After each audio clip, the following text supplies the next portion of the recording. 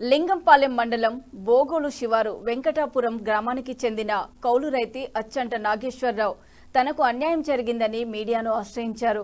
International seed company అయిన Bayer company organisers Manne Ramakrishna, Manne ప్రసాద్లు గత 2024-25 సంవత్సరంలో లింగంపాలెం మండల పరిధిలో మొక్కజొన్న సీడ్ ఇవ్వడం జరిగింది.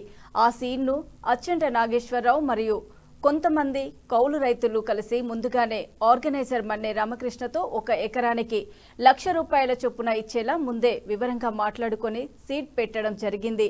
పంట మొత్తం పూర్తయిన తర్వాత ఆర్గనైజర్ మన్నె రామకృష్ణ, మన్నె ప్రసాదులు పంటను తీసుకెళ్లడం జరిగింది. అయితే రైతులకు ఇవ్వవలసిన అమౌంట్ ఇవ్వకుండా కాలయాపన చేస్తూ అనేక ఇబ్బందులకు గురి చేస్తున్నారని కౌలు రైతు అచ్చంట నాగేశ్వరరావు తమ ఆవేదన వ్యక్తం చేశారు.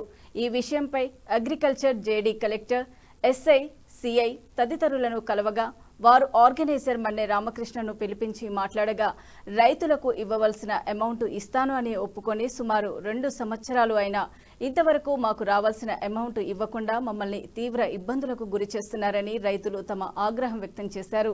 ఆర్గనైజర్ రామకృష్ణ 2 తెలుగు రాష్ట్రాల్లో బేయర్ కంపెనీ మొక్కజొన్న సీడ్ ఇస్తూ అనేక మంది రైతులను మోసం చేస్తున్నాడని, అతనిపై చట్టపరమైన చర్యలు తీసుకోవాలని రైతులు డిమాండ్ చేస్తున్నారు.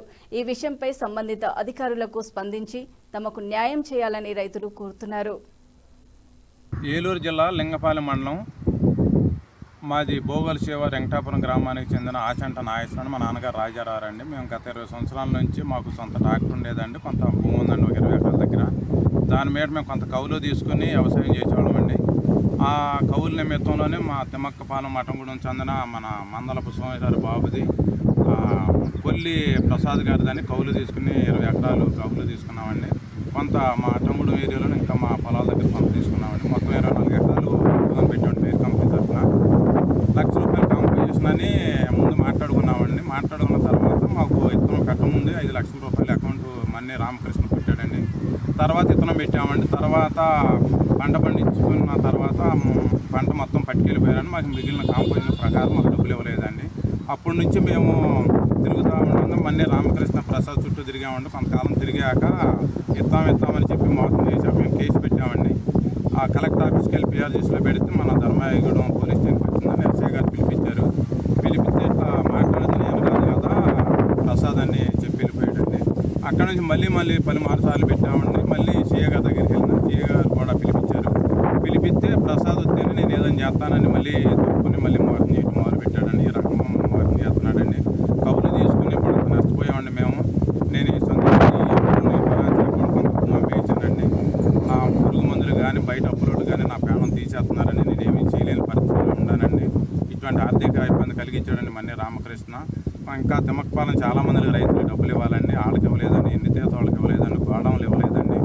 ఇట్లా చేయించి ఏంటంటే ప్రసాద్ మీద చెప్పి ప్రతిసారి తప్పుకుంటాడు, మాకు చేస్తున్నాడు. మాకు ఇది నిమిత్తం చాలా పెట్టుబడి కూడా అంత 20 ఎకరాలంటే మామూలుగా ట్రిప్కే 12,000 అవుతుందండి. కౌలు 25,000 అండి. పెట్టుబడి అండి, ట్రాక్టర్ కిరాయి అండి, ఇతను పెట్టిన వాళ్ళకండి. ఇట్లా రకరకాలుగా డబ్బులు ఇవ్వాల్సి వచ్చి నన్ను అందరూ నానా రకాలుగా ఇబ్బంది పెడుతున్నా నేను ఏమీ చేయలేని పరిస్థితులు. ఈ మధ్యన కొంత భూమి కొంతమందికి ఇచ్చానండి. ఇంకా ఇవ్వాల్సిన అప్పులు చాలా ఉండేయండి. వాళ్ళని అందరూ ఇబ్బంది పడుతున్నారండి నా వల్ల. నేను సకాలంలో వాళ్ళ డబ్బులు ఇవ్వలేకపోయినా ఈ మన్నె రామకృష్ణ ఇట్లా కాంపోజిషన్ అని ఇతను ఇప్పించి మధ్యవర్తిత్వం చేయించి అతను తప్పించి ఇతను మోసం చేసి డబ్బులు ఇవ్వకుండా ఇట్లా చేస్తున్నాడండి. ఎందుకు దయించి నాకు సహకరించి నా డబ్బులు నాకు